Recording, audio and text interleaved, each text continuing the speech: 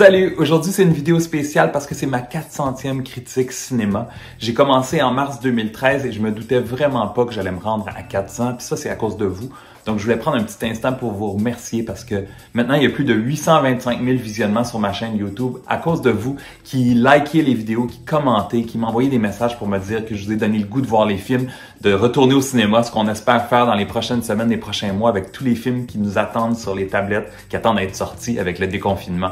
Donc, je tenais vraiment à vous remercier. À la fin de la vidéo, je vous laisse un lien vers ma vidéo que j'avais créée pour célébrer ma 250e. Ça fait déjà de ça un bout aussi. Aujourd'hui, je vous parle du film numéro 1 sur Netflix présentement, The Woman in the Window, La femme à la fenêtre, un suspense basé sur le best-seller d'A.J. Finn. Le film est réalisé par Joe Wright qui a réalisé Darkest Hour en 2017. Ça met en vedette Amy Adams qui a été nommée 6 fois aux Oscars et qu'on a pu voir l'an dernier dans le film Hillbilly Elegy. Elle partage l'écran avec Gary Oldman, gagnant d'un Oscar pour son film Darkest Hour en 2018 qu'on a vu récemment dans Crisis. Et dans ce film, il y a plusieurs acteurs de soutien familier comme Julianne Moore, Jennifer Jason Leigh et Anthony Mackie.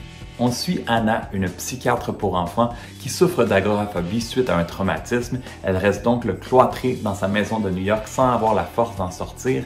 Elle consulte un psychologue à chaque semaine et pour se désennuyer, elle va observer ses voisins par la fenêtre.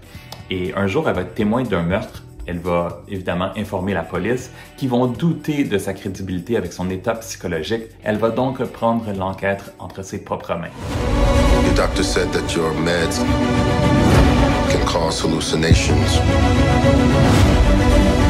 I'm not hallucinating.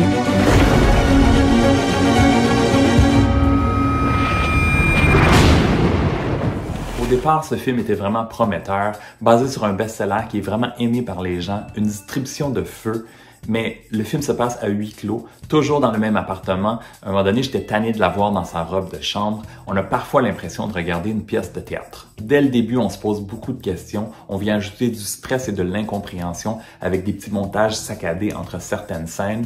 On doute de tous les personnages, tout le monde est louche. On finit par se demander qu'est-ce qui est vraiment vrai, qu'est-ce qui est imaginé par Anna. Il y a eu des reshoots en 2020 suite à des visionnements tests où les commentaires étaient mauvais, c'est jamais un bon signe. Amy Adams est excellente comme toujours et porte le film sur ses épaules. Il y a de gros twists dans la deuxième partie du film, mais à ce stade-là, je commençais à en avoir assez. The Woman in the Window est un film long et décevant qui avait beaucoup de potentiel, qui dure 1h40 et pour lequel je donne 2 étoiles et demie sur 5. Si t'as aimé la vidéo, donne un thumbs up ou un like et dans les commentaires, dis-moi ce que t'as pensé du film si tu l'as vu.